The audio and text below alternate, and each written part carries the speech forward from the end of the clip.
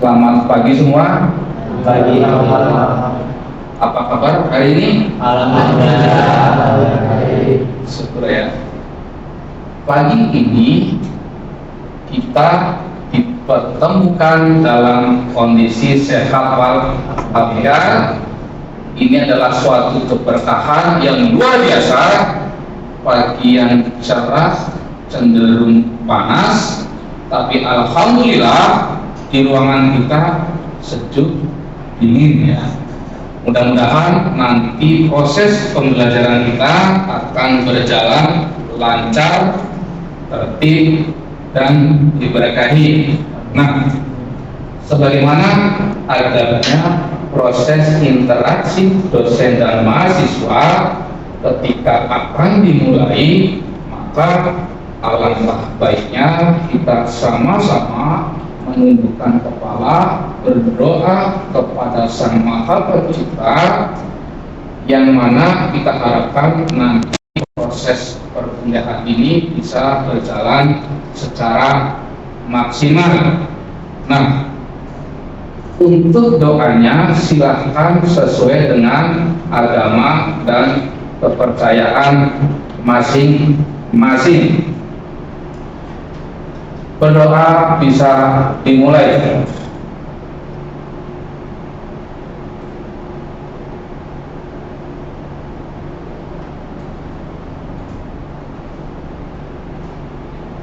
Berdoa selesai. Baik, karena ini pertemuan perdana di mata kuliah manajemen keuangan, maka saya rasa hampir semua dosen akan memperlakukan hal yang sama, yaitu apa?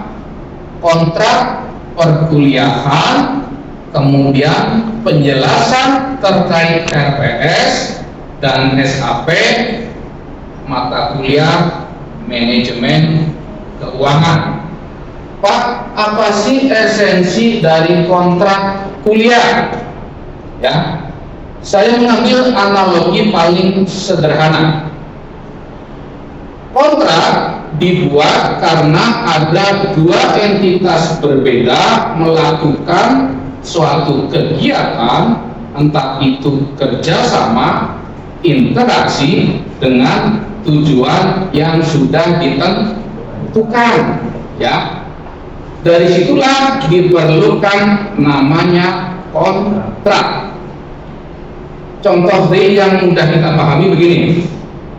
Sebelum Anda lahir, mungkin tahun 90-an ya, Anda lahir kan generasi Z di bawah 2000, di atas 2000-an ya.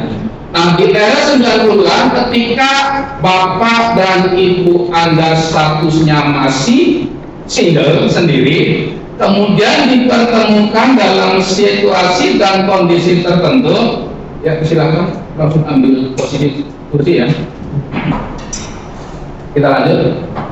Dipertemukan dalam satu situasi dan kondisi tertentu, kemudian terjalin komunikasi yang mana ketemu pada satu titik tujuan yang setelah dilihat tujuan kita sama ya. Karena ada dua entitas yang berbeda kemudian memiliki tujuan yang sama, hanya bisa dilakukan jika bekerja sama, maka dibuatlah yang namanya kesepakatan, agreement ataupun kontrak. Dalam bentuk apa? Yaitu akad nikah. Bapak ibumu melangsungkan akad nikah, dokumennya berupa apa? Buku nikah. Setelah itu maka bisa bekerja sama dalam segala hal ya. Makanya Anda sekarang bisa di kelas ini ya. Karena apa? Ada kesepakatan, ada agreement antara Bapak Ibu guru ya. Nah, pun demikian dengan perkuliahan kita nanti satu semester ke depan akan melakukan proses transfer knowledge dari dosen kepada mahasiswa. Kemudian di situ ada interaksi dosen dengan mahasiswa ataupun sebaliknya mahasiswa dengan dosen, agar tujuan yang kita sepakati nanti bisa tercapai, kemudian prosesnya tidak melebar kemana-mana, dibuatlah namanya kontrak perkuliahan, di mana di dalamnya ada hak dan kewajiban. Ya, apa kewajiban dosen, apa hak dosen, apa kewajiban dosen adalah hak mahasiswa. Semua nanti kita rangkum dalam kontrak perkuliahan ya.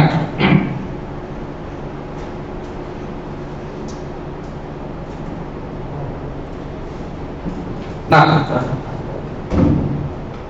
di dalam kontrak perkuliahan Anda mesti pahami dulu apa yang akan Anda pelajari. Di sini manajemen keuangan kita mulai dari deskripsi mata kuliahnya. Mata kuliah ini membahas tinjauan atas manajemen keuangan, nilai waktu dari uang, kemudian pasar keuangan, anuitas, laporan keuangan, arus kas, modal kerja, dan banyak hal ya, sampai dengan analisis average, tingkat suku bunga, kepuasan, pendanaan, dan yang lainnya.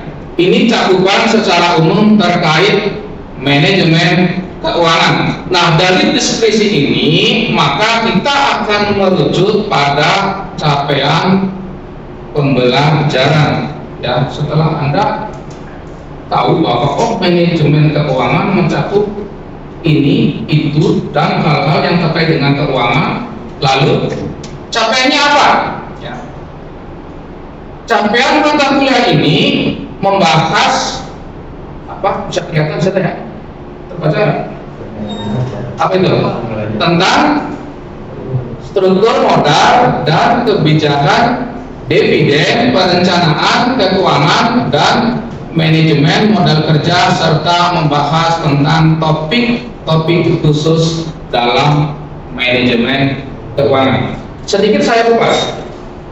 Manajemen keuangan itu lahir dari kata manage dan apa? Uang. Ya. Kata dasarnya itu. Manage itu apa? Manage mengatur, mana mengelola uang. Uangnya uang, duit. Kita sudah duit. Mengelola uang.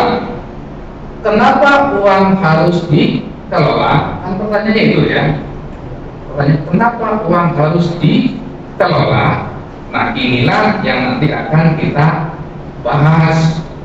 Seberapa penting, seberapa urgen uang itu harus dikelola. Nah, manage, mengelola.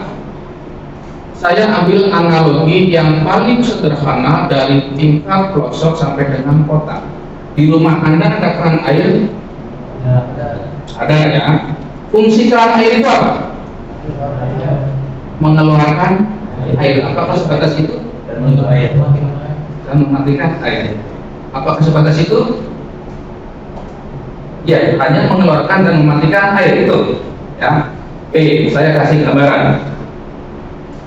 Orang zaman dulu sebelum mengenal teknologi sudah tahu itu ya, air itu ketika dibutuhkan harus keluar, ketika tidak dibutuhkan harus ditutup. Maka orang zaman dulu bikin keran air menggunakan apa? Lubang bambu dan subakan batang kayu ya, atau bekas sandal jepit dipotong untuk menyumbat lubang air. Fungsinya sama dengan keran. Ada beda nggak? Ada beda nggak? Bedanya apa?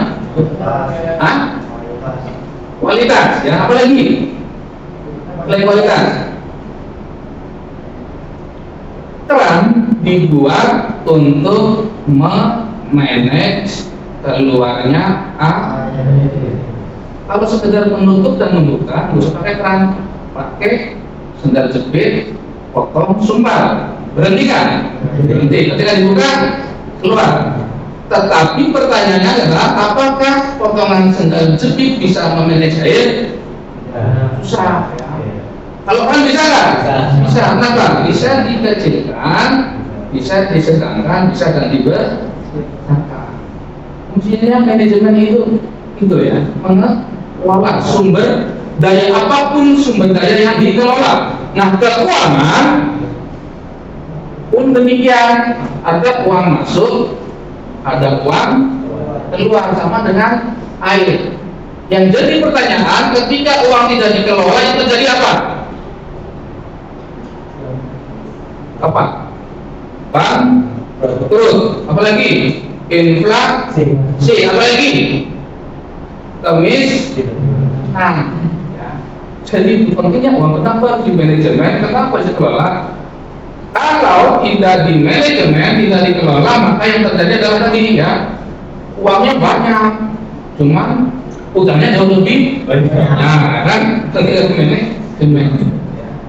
Tapi dengan manajemen uangnya sedikit, karena ada pengelola. Jadi itu terkait dengan gambaran umumnya yang nanti akan kita pelajari adalah itu ya, bagaimana dengan uang yang di posisi ini kemudian kebutuhannya bla bla bla bla, tapi bisa cukup ya. Nah, tentang struktur modal, kebijakan dividen, perencanaan keuangan, dan manajemen modal kerja, serta membahas tentang topik-topik khusus manajemen keuangan. Nah, bentuk pembelajarannya, metode kuliah ini menggunakan metode pertama adalah ceramah, itu dari saya ya.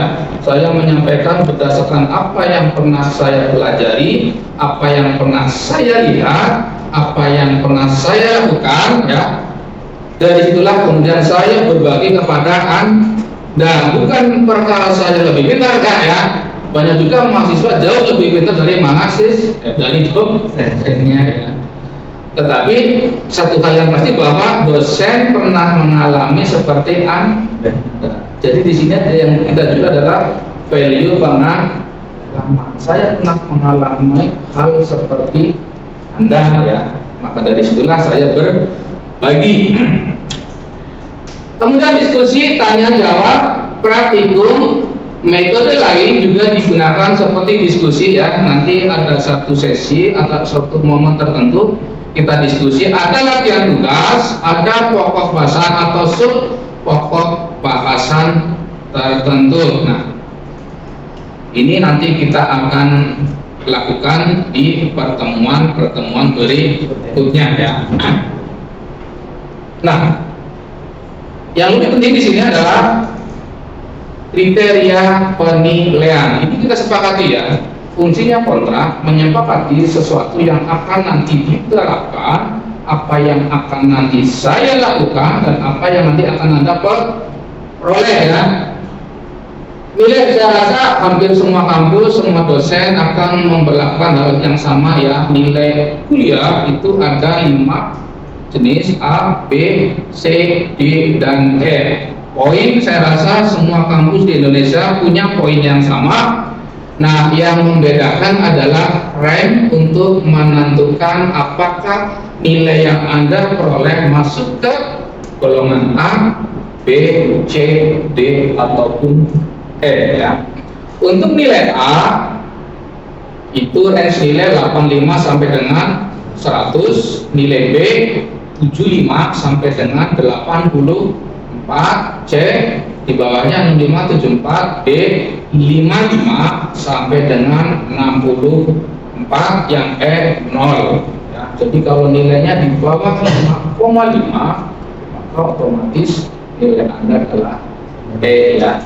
Ini sudah berlaku umum Pak. Kalau ada nilai B plus, amin, atau C plus.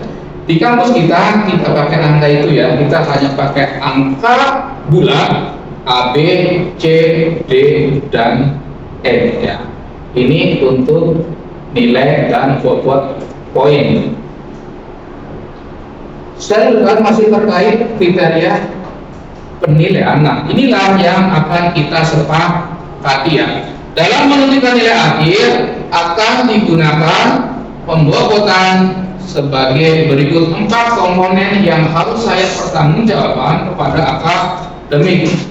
Pertama, tugas atau kuis, kemudian absensi, ujian tengah semester, dan yang terakhir adalah ujian akhir semester. Nah, untuk satu komponen yang tidak bisa diganggu adalah ujian akhir semester akademik sudah memplot sebesar 40%. Nah, yang tiga ini bisa kita sepakati. Nah, untuk yang kuis atau tugas mau dikasih angka berapa? Saya menawarkan 15, apakah ada penawaran? Berapa? Hah? 20 ya? Oke, 20. Artinya ada komponen lain harus dikurangi, karena ini totalnya berapa? 105 ya. Absensi berapa? Absensi 10 ya. Coba yang 10% tunjuk tangan, kita ambil suara mayoritas. Yang 10 cuma satu orang. Yang 15 1, 2, 3, 4, 5, 6, 7, 8, 9, 10, 21 15. Oke, 15 itu artinya ada komponen yang harus dikurangi, ujian tengah semester ya. Dengan sisa berapa? 25%. Benar? Ya. 20, 35, 60, 100 ya. Jadi kita sepakati untuk persentase penyumbang nilai kuis atau tugas 20, absensi 15, ujian tengah semester 25, dan ujian akhir semester 4 bulan. Nah, inilah yang nanti menjadi dasar saya ya, menjadi kewajiban saya untuk memberikan hak Anda di akhir perkuliahan ya.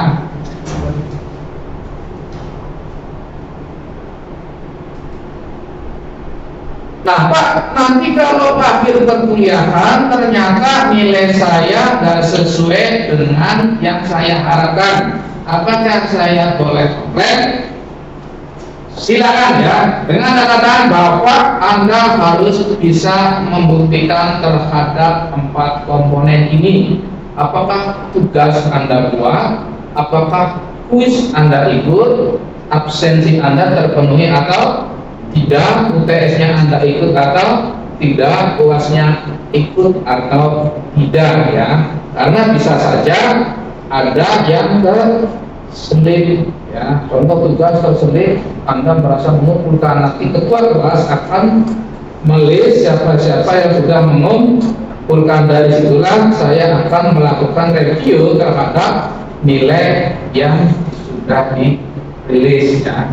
Ini terkait dengan kontrak pemberian nilai. Kita lanjut ya. Untuk daftar pusaka kita ambil dari Houston dan Brigham ya, rilis 2011, dasar manajemen keuangan, penerbit Saleba 4. Untuk bukunya silahkan nanti Anda cari, banyak ya, banyak. Kalau beli enggak, pinjam boleh ya.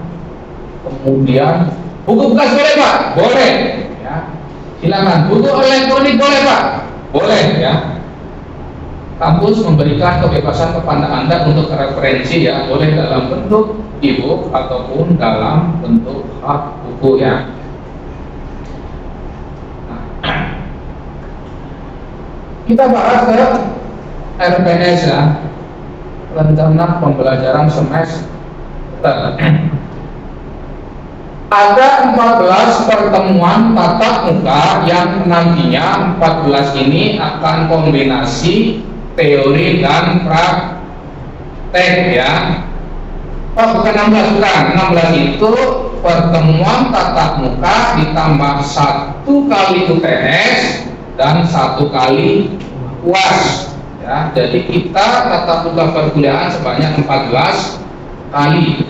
Karena Bapak tadi menjelaskan tentang kalau tidak manage keuangan akan bangkrut kan ya? Ya. Apalagi inflasi dan segala. Namun menurut Bapak nih, mengapa pembelajaran mengatur keuangan atau mengelola keuangan tidak diajarkan atau diberi wawasan tentang manage keuangan dari SD atau SMP? Karena kan tadi Bapak kan juga kuliah ya. Siap, ya. Nah, agar mungkin anak muda Gen Z tidak boros seperti hari-harinya. Ya. Jadi gini. Sekolah SD, SMP, SMA itu masih dalam proses pencarian jati diri, ya.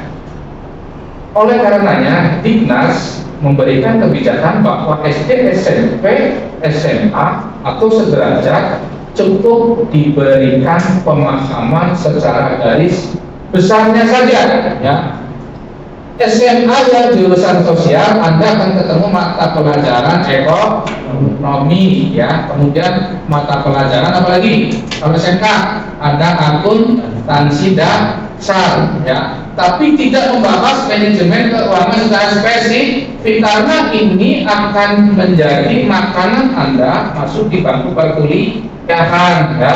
Jadi ketika Anda lulus kuliah, Anda sudah harus menjadi manusia yang siap menghidupi kenyataan hidup, ya. Kalau SMP SMA itu masih dalam bayang-bayang lingkungan, ya. Makanya di SMP SMA Anda nggak punya pilihan, ya. Guru mengatakan A, maka Anda harus ikut A, ya. Anda nggak diberi toleransi dan dikasih keleluasaan untuk apa? Berdebat terkait apa yang saya terima, ya. Guru bilang A, ya Bu, ya Pak, A. Memang apa gitu, ya. Memang A Bu, ya.